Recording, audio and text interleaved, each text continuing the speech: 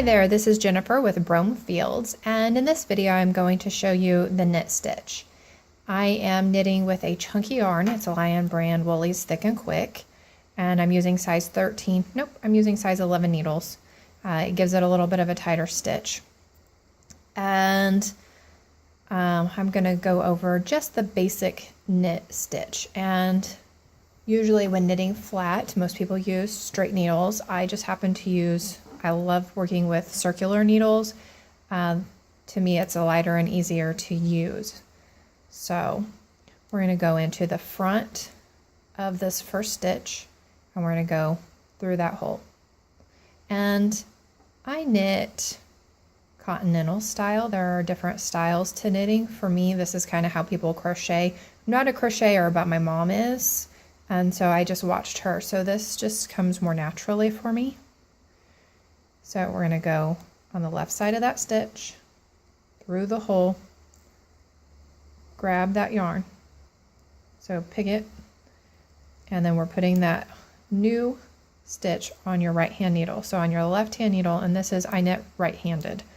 I'm dominantly right-handed. So we're just going to go through the front of that stitch, pick the back, bring the needle back to the front, and slide it off, and you have a new stitch.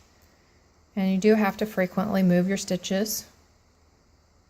So we're going to kind of open that gap up, and you can kind of see how they all match. We're going to pick it, pull it through, slide it on and off onto the right hand needle.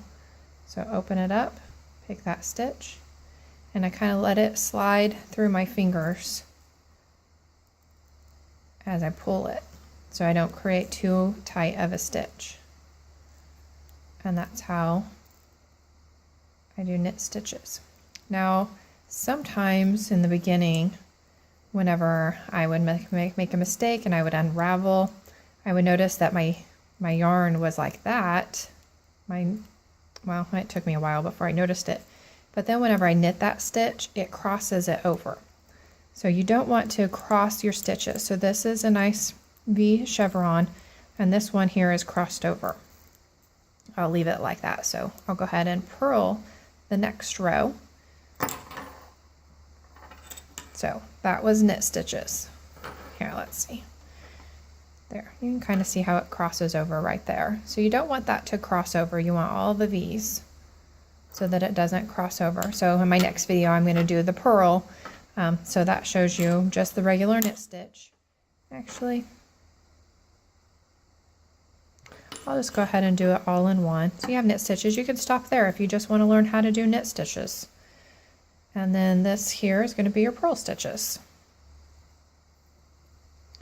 So your working yarn is in the front, and we're going to go through the right hand side of that stitch over, and now we're going to take the needle to the back of the yarn and off. So we're going to the right hand side, around, and we're not going through that back stitch.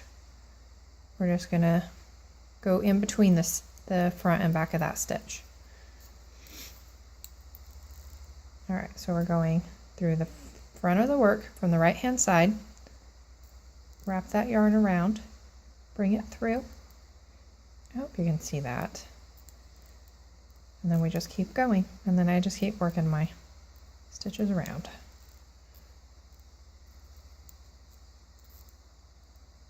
So through the right hand side, wrap that around, in between the work, and slide that stitch off. So your new stitch is on the right hand side. So through the hole, wrap it around. We're just pulling that yarn through the hole and take that stitch off, and you're creating a new stitch.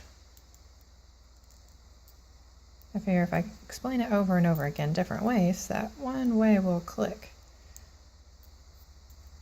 And it hopefully is easy enough to see. All right, so those were my 10 stitches. So let's lay that flat again. So you can see all the chevron stitches, and then that one stitch right there is the one that's crossed over. So you can kind of pick it out.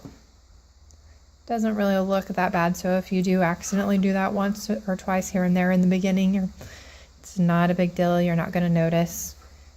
Most people don't notice unless they're knitters. So I hope you found this video to be helpful. This is the stocking knit stitch, where it's all knit stitches in the front and purl stitches on the back. So that is the knitting and purling of knitting. So if you have any questions or comments, please leave me a comment below. Thank you so much for watching.